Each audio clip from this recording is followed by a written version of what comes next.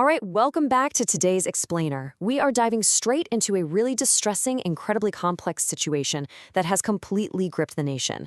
The devastating reality behind the recent NEET exam cancellations. For millions of students, you have to understand, this isn't just another test. It's literally the gateway to their entire future. But what happens when the very system that's supposed to test their merit just fails them?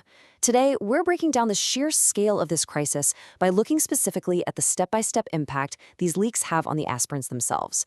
We're going beyond the flashy headlines to look at the human cost, pulling our analysis directly from the latest ground reports. Okay, so here's our roadmap for today. We'll start with the medical dream, then walk through Step 1, grueling preparation, Step 2, the sudden leak, Step 3, shattered trust, and wrap up with Step 4, the uncertain future. Section 1, the medical dream. To really get why this is such a massive deal, we have to start by looking at the monumental expectations placed on the shoulders of these young students. The medical profession holds this incredibly unique place in society, right?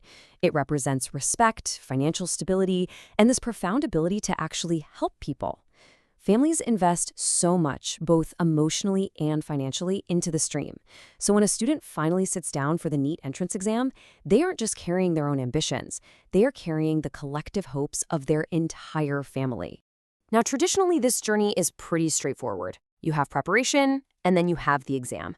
But for this generation of students, the timeline has forcefully mutated. It's now 4 distinct phases.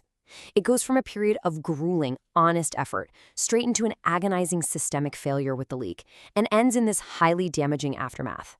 Let's actually break down each of these steps so you can see exactly how the damage multiplies at every single stage. Step 1. Grueling preparation.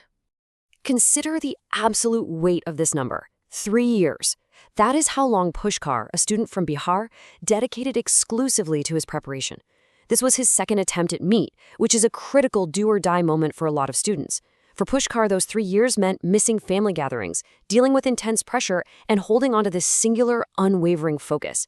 Just imagine pouring over 1,000 days of your youth into one single goal, completely believing that your hard work is going to guarantee you a fair shot. And the daily sacrifice required? It's just immense. 1:30 a.m. That number belongs to a student named Lovely, who actually moved all the way from Sonipat, Haryana to Delhi solely to prepare for NEET. She essentially put a pause on her entire life, killing all her other desires and distractions to just focus on studying. Her routine was relentless. Full days of school, intense coaching, and then self-study that kept her awake until 1:30 a.m. every single night. For 2 solid years, that was her reality. And the crazy thing is, that's just the baseline dedication the system demands from these teenagers. Step 2. The sudden leak. Just as these students felt they had given it absolutely everything they had, the next phase hits them entirely out of nowhere. Lovely said, quote, "The news of the paper leak was very shocking, and honestly, that feels like an understatement.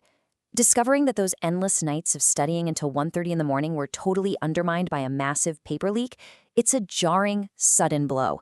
It creates this profound cognitive dissonance. You play by the rules, you exhaust yourself, and then you find out the standard was compromised the whole time. The shock isn't just about the exam being canceled. It's the horrific realization that a broken system just leveled the playing field between those who studied for years and those who simply bought the paper." Step 3. Shattered trust. That initial shock very quickly ferments into a deep, lasting psychological toll. The damage goes way beyond academics. It really strikes at the core relationship between citizens and the institutions that are supposed to serve them. Pushkar actually noted that his exams went really well this time around. He was super confident he'd secure a good college. His family was already envisioning the title doctor attached to his name. So the leak didn't just steal his marks, it stole that familial pride. When he says that trust is broken, he's talking about the collective trust that hard work in our society actually pays off. When that shatters, the motivation to even try again is just severely crippled. And listen, it's not just the students feeling this betrayal. The educators who guide them are equally furious. Dr. Nitin Chowdhury, a teacher from the Srijan Institute, is explicitly demanding strict accountability. He points right to the top, the education minister and the NTA, insisting that a foolproof system absolutely has to be built. His phrasing here, where a child's future is not played with, that perfectly hits the nail on the head regarding the sheer irresponsibility of these administrative failures. Step 4. The uncertain future. What exactly comes next? To understand the current outrage, we have to look back at this disturbing historical pattern. This is not an isolated incident, guys. Similar leaks plagued these prestigious exams back in 2024. After those happened, massive claims were made assuring the public that this would never ever happen again. They even brought in the Central Bureau of Investigation, the CBI.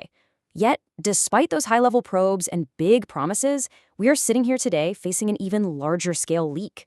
When you look at this historical context, it completely explains why students have literally zero faith in any immediate bureaucratic promises. Which brings us to the absolute core conflict of this whole situation.